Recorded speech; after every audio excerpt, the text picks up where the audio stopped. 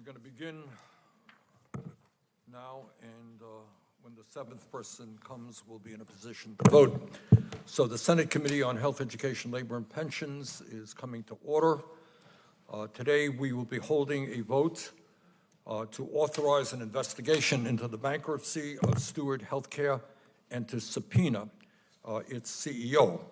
And let me begin by thanking Ranking Member Cassidy for his cooperation on this important issue. And let me thank Senator Markey of Massachusetts for his outstanding leadership on this matter, for holding the first hearing on the subject in the subcommittee that he chairs, and for bringing this issue to our attention.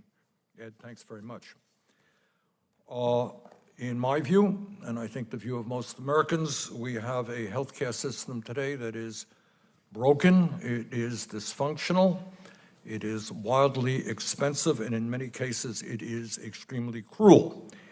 It is a system that is designed not to make patients well, but to make insurance companies and drug companies and other people who make money off of the system extremely wealthy. And in my view, there could not be a clearer example of that than private equity executives on Wall Street making huge amounts of money by taking over hospitals throughout our country, loading them up with debt and stripping their assets. Perhaps more than anyone else in America, a dubious distinction, no doubt, Ralph De La Torre, the CEO of Steward Healthcare, epitomizes the type of outrageous corporate greed that is permeating throughout our for-profit healthcare system. Working with private equity executives, Dr. De La Torre became obscenely wealthy by loading up hospitals from Massachusetts to Arizona with billions of dollars in debt and selling the land underneath these hospitals to real estate executives who charge unsustainably high rent. As a result of Dr. De La Torre's elaborate Ponzi scheme, Steward Healthcare and the more than 30 hospitals it owns in 8 states were forced to declare bankruptcy with some $9 billion in debt. And let us be clear, while Steward Healthcare declared bankruptcy just a few months ago, its severe financial problems have been going on for more than a decade. And here are just a few examples. In 2014, Steward shut down the Quincy Medical Center in Massachusetts, laying off 700 healthcare workers with the exception of its emergency room, which it shut down 6 years later. In 2018, Steward shut down the Northside Regional Medical Center in Youngstown, Ohio, laying off 468 healthcare workers and closing the only labor and delivery unit in that city for pregnant women and their babies. In 2019, Steward shut down St. Luke's Medical Center in Phoenix, Arizona, laying off 655 healthcare workers. Last year, Steward shut down the Texas Vista Medical Center in San Antonio, laying off 827 healthcare workers. This year, Steward shut down the New England Sinai Hospital in Massachusetts and a medical center in Southeast Texas. It also temporarily shut down Norwood Hospital in Massachusetts, but then stopped paying the construction workers who are working on the project, making it unlikely that this hospital will ever reopen. Steward has shut down several pediatric wards in Massachusetts and Texas, and closed neonatal units and eliminated maternity services at a hospital in Florida. Its medical center in Louisiana is at risk of closure after being cited on multiple occasions for putting patients in immediate jeopardy from regulators. It has failed to reopen hospitals in Utah, Texas, and Florida, even though Steward received hundreds of millions of dollars from private equity and real estate firms to serve patients in those states. And on it goes. We know that Steward has gone bankrupt. We know that several of its hospitals have already been forced to close their doors because they ran out of money. We know that communities and the people in those communities that depended on these hospitals are uncertain about what this bankruptcy means for their future. It is a big deal when a hospital in your community shuts down. But here is what is particularly obscene about this whole complicated situation. In the midst of all of the crises that Steward's policies have had on hospitals and communities all over this country, Dr. Delatorre has been doing phenomenally well financially. Hospitals shut down, workers laid off, patients suffer. Dr. Delatorre has been doing extraordinarily well financially. The hospitals he managed closed down, and he makes huge sums of money. While Steward was busy shutting down hospitals all over America, Dr. Delatorre received a $100 million payday that he used to purchase a $40 million yacht. There is Dr. Delatorre's lovely yacht. While Steward's hospitals were laying off healthcare workers, Dr. Delatorre received some $16 million a year in compensation, enough to afford this $15 million custom-made luxury fishing boat. Not quite sure how you pay $15 million for a fishing boat, but while they were shutting down hospitals, that's what he managed to do. Now, while Steward-owned hospitals could not afford to pay for life-saving supplies, it had enough money to purchase a $62 million private jet. Hospitals shut down, workers laid off, patients without care, private jet. But apparently, for Ms. Dr. Delatorre, one private jet is not quite enough. So what did his company do? Because how can you get by in this day and age with one private jet? You know, it's tough. So what his company did is bought a backup jet worth an estimated $33 million just in case the first jet broke down. It's kind of normal medical procedure. And it is almost hard to make this stuff up. The greed that we are seeing here is really quite extraordinary. Now, how many of Steward's hospitals could have been prevented from shutting down? How many lives could have been saved? How many healthcare workers would still have their jobs if Dr. Delatorre spent $150 million on high-quality healthcare instead of his yacht, 2 private jets, and a luxury fishing boat? We are here this morning because time and time again, this is an important point to make, time and time again, Senator Cassidy, Senator Markey, and I have invited Dr. Delatorre to come before Congress, to come before this committee, to testify about the financial mismanagement at Steward.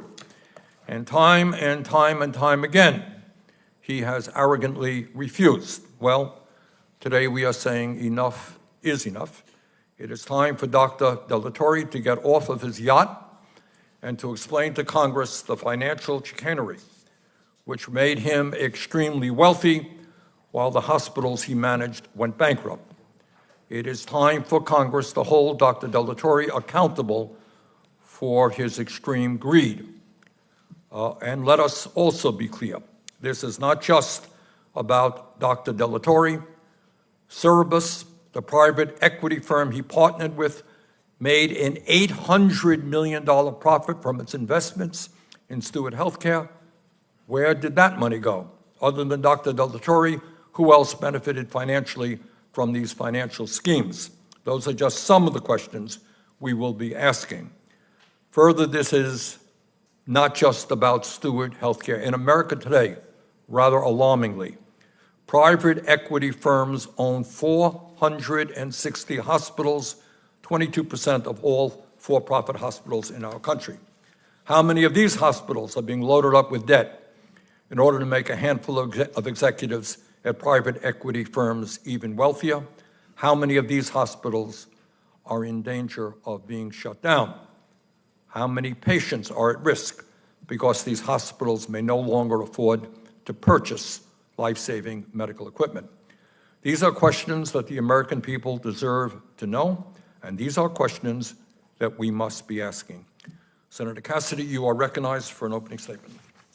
Thank you, Chair Sanders. Today we're voting to subpoena the testimony of Steward Healthcare's Chief Executive Officer, Dr. Ralph De La Torre. The Health Committee has never issued a subpoena to compel testimony. There's a reason for doing so now. Subpoenas should only be used when absolutely necessary, when all other efforts have failed. And the subpoena we are voting on today meets that criteria. In 2010, private equity firm Cerberus Capital Management purchased a group of failing hospitals in Massachusetts, saving them from bankruptcy and preserving access to care for the communities they served. They formed Steward in a joint venture with Dr. De La Torre and his executive management team to manage the hospitals, which became the largest private for-profit hospital operator in the United States. And the hospitals were successful, due in part to Cerberus's investing hundreds of millions of dollars in facilities and resources. Cerberus also assumed hundreds of millions of dollars in pension liabilities. However, Dr. De La Torre remained responsible for the management of Steward and its day-to-day operations. From 2015 on, Steward, under Dr. De La Torre's leadership, began to expand at an unsustainable rate. In 2016, Dr. De La Torre made the questionable financial decision to sell Steward's real estate holdings to Medical Property Trust, or MPT, and have Steward hospitals lease them back. That deal allegedly earned Dr. De La Torre and his executive team a very large payday. From there, his bad management decisions continued. In 2018, Steward entered into a public-private partnership with the country of Malta to run a number of hospitals in Malta. The deal is now under investigation by the Department of Justice over allegations of fraud and corruption. In the wake of COVID-19, there were disagreements regarding Steward management. Cerberus sold its controlling ownership stake in the company in June 2020 to a group of physicians, again led by Dr. De La Torre. To secure the funds to purchase Cerberus' controlling interest, Dr. De La Torre secured a loan from MPT. The buyout allegedly earned him a $100 million dividend. While Dr. De La Torre was paying himself millions, Steward fell behind in its mortgage payments, owing approximately $50 million in January 2024, or one-half of the dividend Dr. De La Torre received. In May, Steward filed for bankruptcy, publicly declaring debts of approximately $9 billion. Now, we must learn about these financial deals because it spelled the beginning of the end for Steward and its more than 30 hospitals across the country, including in my home state of Louisiana in West Monroe. Stepping back, it's important to recognize that Steward is not a private equity firm. Private equity did not cause the situation we're seeing today. In fact, robust private equity investment kept the hospitals afloat in 2010. Now, I practiced medicine for 25 years, and so you have the mindset. If you're going to make the right decision for a solution, the right prescription, if you will, you have to have the correct diagnosis. Blaming private equity for Steward's mismanagement is not productive. It ignores that private equity invested hundreds of millions of dollars into failing hospitals, made them successful, and then sold them to a private management team, which was not private equity.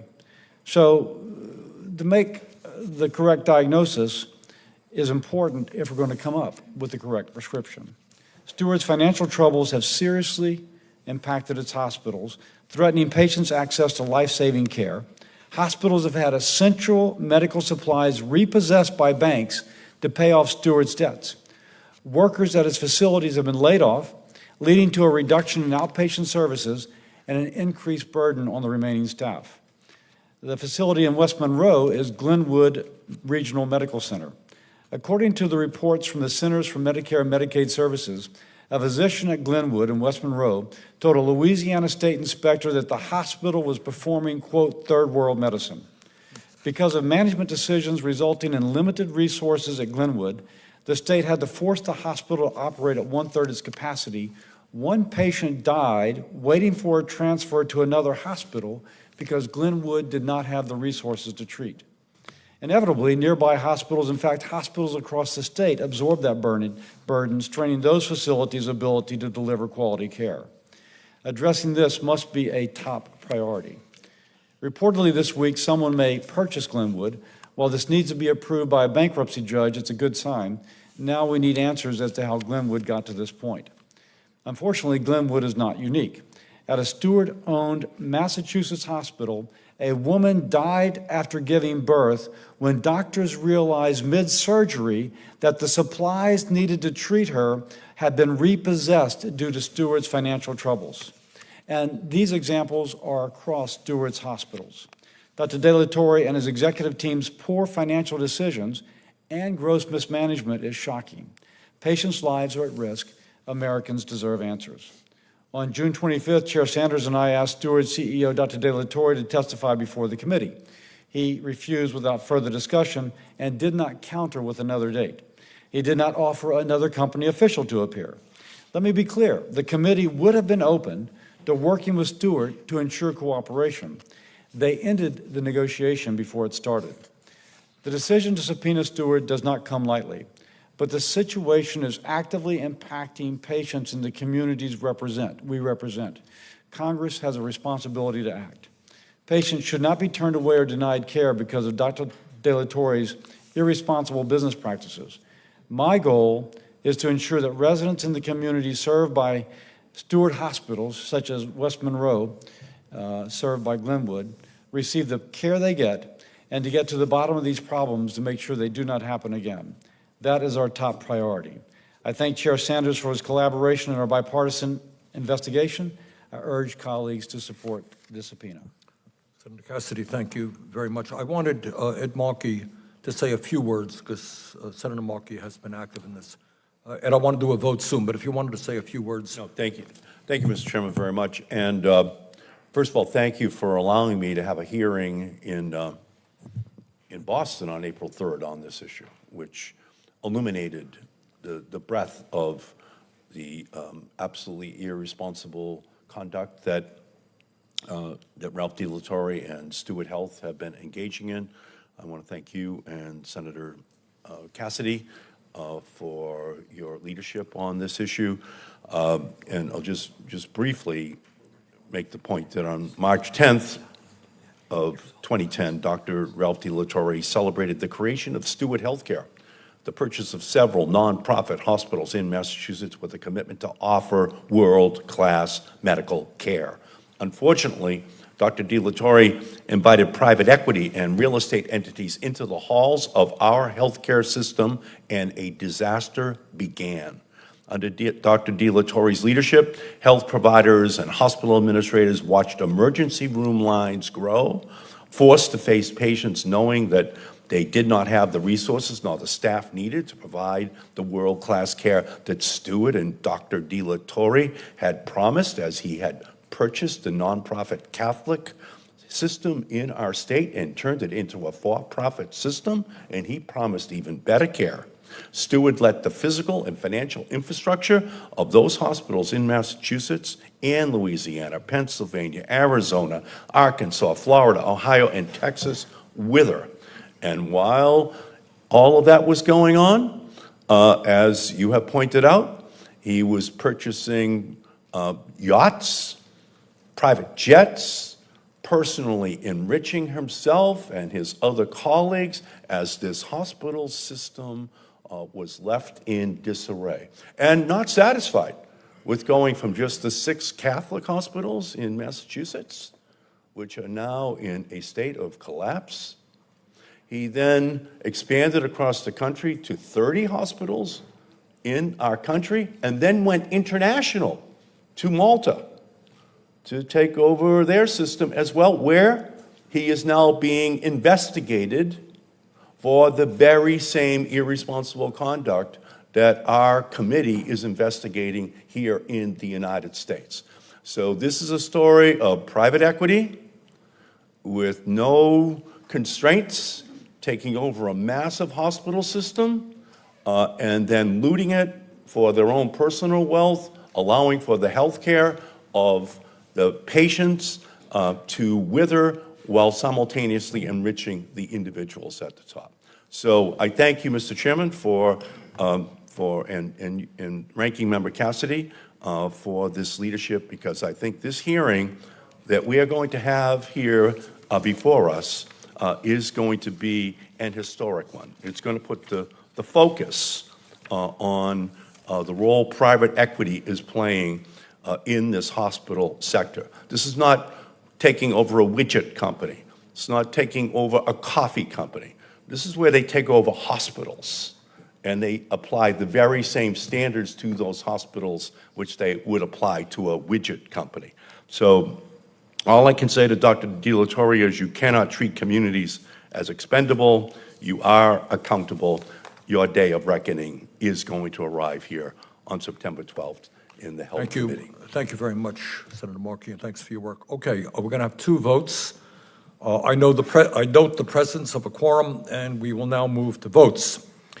I move that pursuant to its authority under Rules 25 and 26 of the Standing Rules of the Senate and Rule 17 of the Rules of Procedure of the United States Senate Committee on Health, Education, Labor, and Pensions, the Senate Committee on Health, Education, Labor, and Pensions hereby authorizes an investigation into the bankruptcy of Steward Healthcare, including authorizing the committee to hold hearings for the purpose of taking sworn testimony and testimony by subpoenaed witnesses in this investigation. The clerk will call the roll. Senator Murray.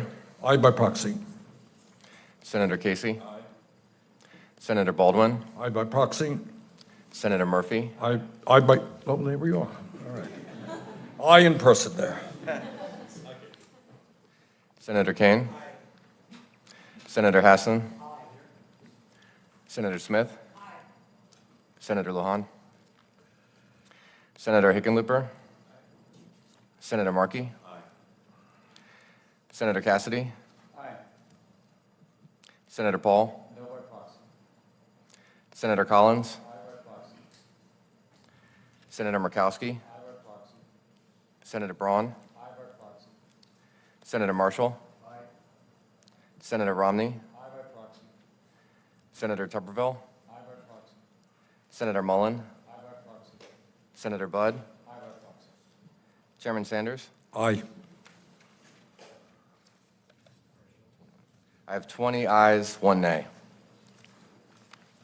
The ayes have it. The motion is agreed to pursuant to its authority under Rules 25 and 26 of the Standing Rules of the Senate, and Rule 17 of the Rules of Procedure of the United States Senate Committee on Health, Education, Labor, and Pensions.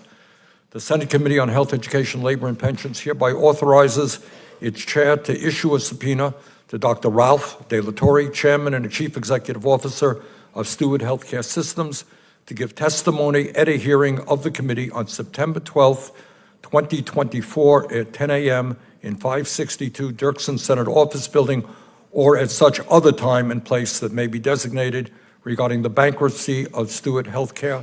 The clerk will call the roll. Senator Murray. Aye by proxy. Senator Casey. Aye. Senator Baldwin. Aye by proxy. Senator Murphy. Aye. Senator Kane. Aye. Senator Hassan. Aye. Senator Smith. Aye. Senator Lujan. Yes. Senator Hickenlooper. Senator Markey. Aye. Senator Cassidy. Aye. Senator Paul. No by proxy. Senator Collins. Aye by proxy. Senator Murkowski. Not voting. Senator Braun. Aye by proxy. Senator Marshall. Aye. Senator Romney. Aye by proxy. Senator Tuberville. No by proxy. Senator Mullen. No by proxy. Senator Budd. No by proxy. Chairman Sanders. Aye. I have 16 ayes, 4 nays. The ayes have it. The motion is agreed to. That concludes. Mr. Chair, Yes. Kane here, 30 seconds. Yep. You posed a rhetorical question. How could anyone even spend that much on a fishing boat? Could you bring the fishing boat picture back up? You didn't ask for an answer, but I have an answer for you. The builder of this boat declared that it was, quote, the most ambitious custom sport fish boat ever built, close quote. That is how you spend $15 million on a fishing boat. All right, now we've learned something. Okay. Our votes are concluded, but if anybody wants to speak briefly on the matter, the floor is open. Any thoughts? All right. Seeing no one else, let me again thank the ranking member for his cooperation. I think what we're doing is significant, and thank all of the members for being here. The committee stands adjourned.